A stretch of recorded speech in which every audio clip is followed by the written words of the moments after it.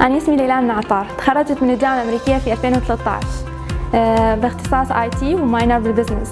حالياً أعمل كمحللة بيانات في شركة لافارج، وهي شركة سمنت عالمية. العمل في مثل هذه الشركات مليء بالتحديات والصعوبات، لكن الجامعة الأمريكية هيأتني لتلقي هذه الصعوبات كتحدي، وخلقت في داخلي الطموح وروح التعاون لأجل النجاح.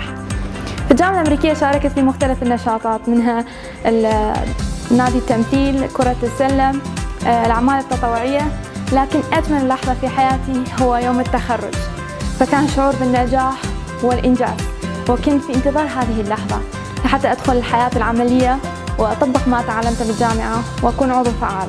كان قرار دخول الجامعة الأمريكية من أنجح القرارات في حياتي، لهذا أنصح أي شخص أن يمر في تجربة فريدة في حياته أن يدرس في الجامعة الأمريكية.